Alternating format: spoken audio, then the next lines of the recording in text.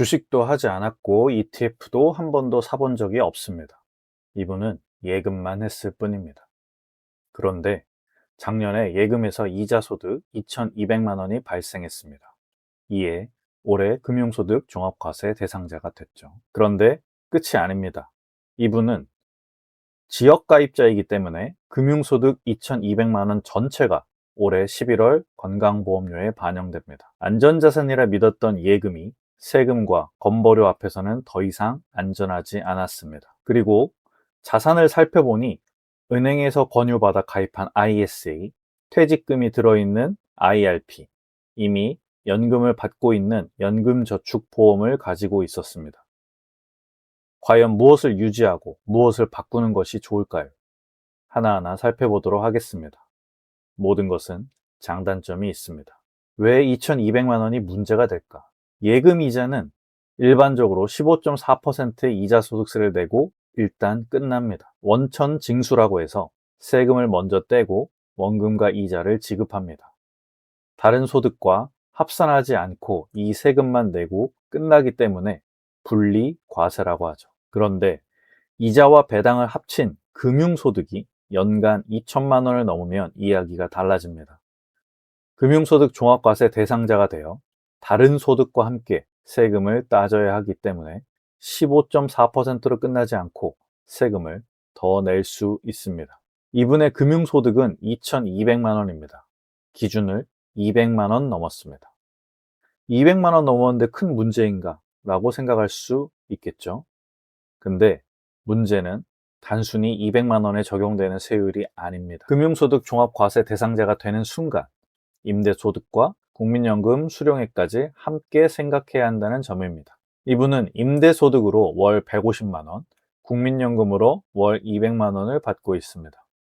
이제 금융소득만 따로 떼어보는 것이 아니라 이 소득들을 함께 놓고 종합소득세를 따져야 하는 구조가 된 것입니다. 건보료는 왜 오르나? 건보료는 세금이 아닙니다. 우리가 세금처럼 느낄 뿐이죠. 즉, 세법에 적용되는 게 아닙니다. 무슨 얘기냐면 2천만 원이 기준이 아니라는 얘기입니다. 이분은 지역가입자이기 때문에 1,000만 원이 기준입니다. 금융소득이 연 1,000만 원을 넘으면 2천만 원처럼 초과분만 보는 게 아니라 1,000만 원을 넘는 순간 이자소득 2,200만 원 전액이 건강보험료 부가소득에 잡힙니다. 세금은 초과분만, 건보료는 전액인 것이죠. 기준 금액도 다르고 계산 방식도 다른 것입니다. ISA에 예금만 있어요. 지인을 통해 ETF 투자에 관심이 생겼습니다. 그러면서 어느 계좌에서 투자하면 유리할까 알아보셨죠. 지인이 ISA를 얘기했다고 합니다. 다행히 24년 4월에 거래하는 은행을 통해 ISA를 만들었습니다. 그때는 투자 생각이 없어서 예금에 2천만 원을 넣었죠. 금융소득 종합과세 대상자가 되면 ISA를 신규로 만들 수 없습니다. 그런데 이미 가지고 있는 ISA는, 개설한 ISA는 관계가 없습니다. 유지할 수 있다는 뜻이죠. 그리고 증권회사로 이전하여 ISA에서 ETF 투자가 가능합니다. 세금 페널티 없이 이전할 수 있죠. 또한 24년에 ISA를 만들고 2천만 원만 넣었으니 25년분 2천만 원, 26년분 2천만 원, 총 4천만 원을 한 번에 ISA에 넣을 수 있습니다. 1년에 최대 2천만 원 납입이 가능한데 24년에 한 번만 넣었으니 4천만 원을 한 번에 넣을 수 있는 것도 ISA의 특징입니다. 은행 ISA에서 가입한 예금이 만기가 안 된 상태에서 증권회사로 이전하니까 이자는 적게 받는 부분은 있습니다. 참고로 은행 ISA에서도 ETF 투자가 가능한 경우도 있으나 제한적이며 비용이 추가로 발생하는 경우가 있습니다.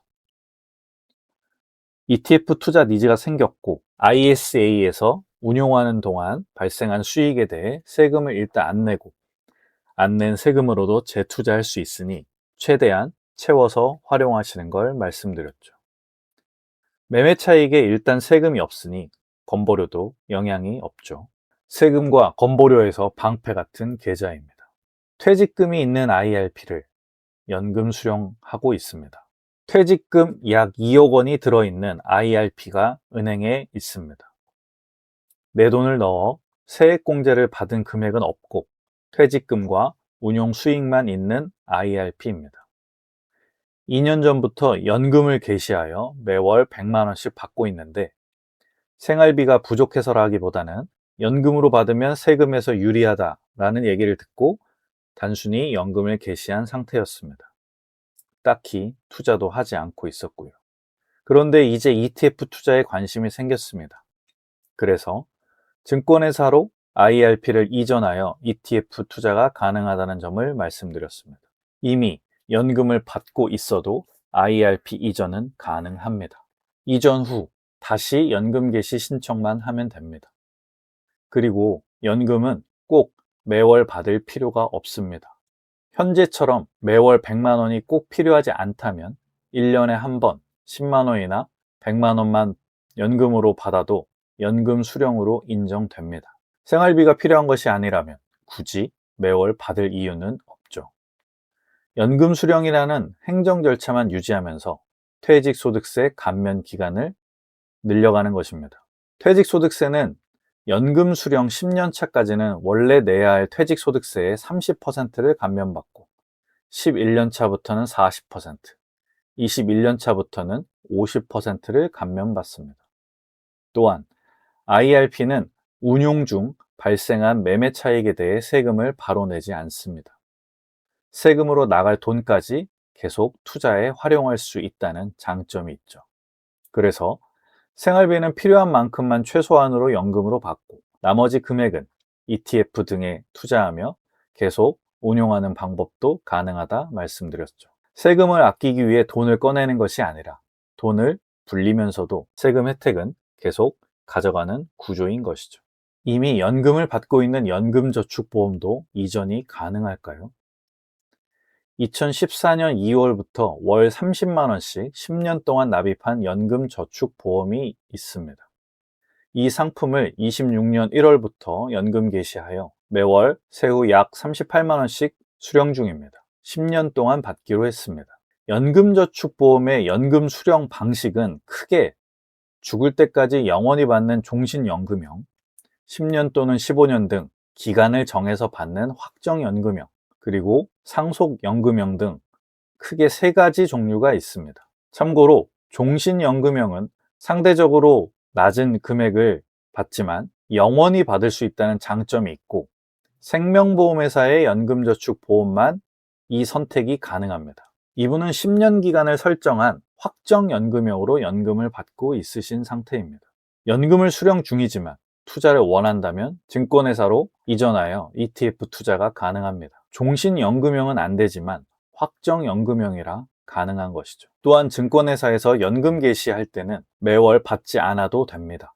당장 생활비가 크게 필요하지 않다면 연금저축 계좌는 운용 중 발생한 매매 차익에 대해 세금을 바로 내지 않으니까 세금으로 나갈 돈까지 계속 투자에 활용할 수 있습니다. 그러니 충분히 활용할 만한 계좌죠. 세액공제는 필요 없지만 연금저축 계좌를 활용해야 되는 이유는 뭘까요? 금융소득 종합과세 대상자가 되었습니다. 늦게 투자에 관심이 생겼지만 세금과 건보료 생각하여 예금의 비중을 서서히 줄이는 것도 고민하게 되었죠. 그렇다면 세금과 건보료에 일단 방패 역할을 할 수 있는 연금저축 계좌를 증권회사를 통해 만들어 연 1,800만 원 납입하고 운용하는 게 효과적입니다. 투자는 두 번째. 일단 내 돈의 위치를 절세 계좌로 이동해 놓는 거죠. 5년이면 원금만 9천만 원입니다. 세액공제도 안 받았으니 원금은 언제든 세금 페널티 없이 뺄 수도 있고요. 단 신규 연금저축 계좌를 만들어야 합니다. 연금 개시한 연금저축 계좌에는 돈을 넣을 수 없으니까요. 자, 그럼 어떻게 투자를 할 것인가? 이걸 고민해 보겠습니다. 지인을 통해 ETF라는 것을 알았습니다. 그리고 관심도 생겼죠.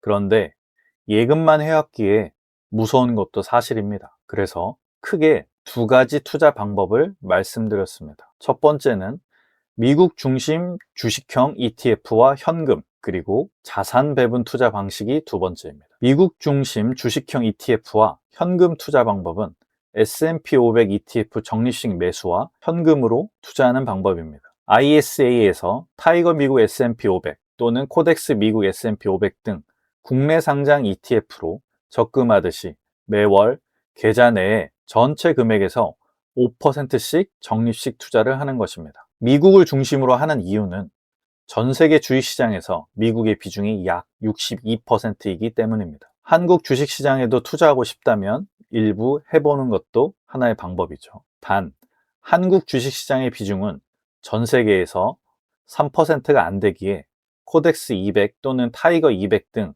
국내 상장 ETF를 비중을 고려해서 해보는 것입니다. 구체적으로 예를 들면 ISE에 현금이 6천만 원 있을 때 매월 300만 원씩 적립식 투자를 설정하는 것입니다. 그럼 첫 달에는 현금 비중이 95%가 되겠네요. 이렇게 10달을 해보면 이제 반반이 돼 있을 겁니다. 그 사이 오르고 내리고도 경험할 거죠. 그럼 내 투자 근육을 테스트해 볼 수 있습니다. 이 정도 오르고 내리는 변동성이 괜찮으면 이 방법을 유지하는 것이고, 힘들다면 현금 비중을 늘리면 됩니다.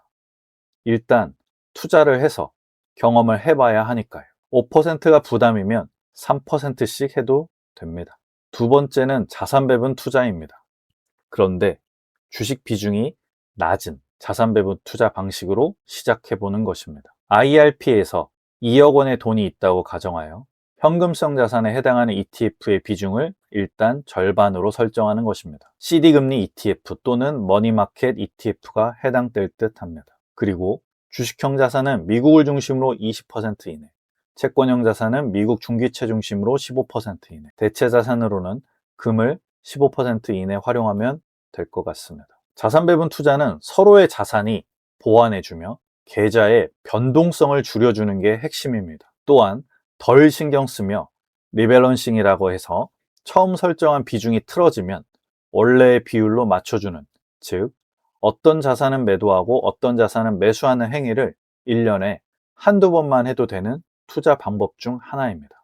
긴 호흡의 투자 방식에서는 마음 편한 이런 투자 방법이 좋을 것 같습니다. 그런데 연 단위로 봤을 때 10년에 한두 번은 마이너스도 각오해야 합니다. 그래도 주식만 투자하는 것에 비해 로우 리스크, 로우 리턴 방식이다 생각하면 좋을 것 같습니다. 투자를 진행하다 투자 근육이 생겼다고 생각이 들면, 조금 더 수익을 추구한다면 현금성 자산의 비중을 줄이고 주식형 자산의 비중을 늘리는 것도 하나의 방법입니다. 자산 배분 투자의 핵심은 수익을 극대화하는 것이 아니라 변동성을 줄이면서 오래 투자하는 것입니다. 처음에는 주식 비중을 낮게 시작하고 투자 경험이 쌓이면서 점차 주식 비중을 늘려가는 것이죠. 투자는 처음부터 잘하는 사람이 없습니다. 투자 근육도 운동처럼 조금씩 키워가는 것입니다. 각자 처한 상황은 모두 다릅니다. 그러니 정말 케이스 바이 케이스죠. 나에게 적용할 사례가 있다면 참고하시면 될 것 같습니다. 감사합니다.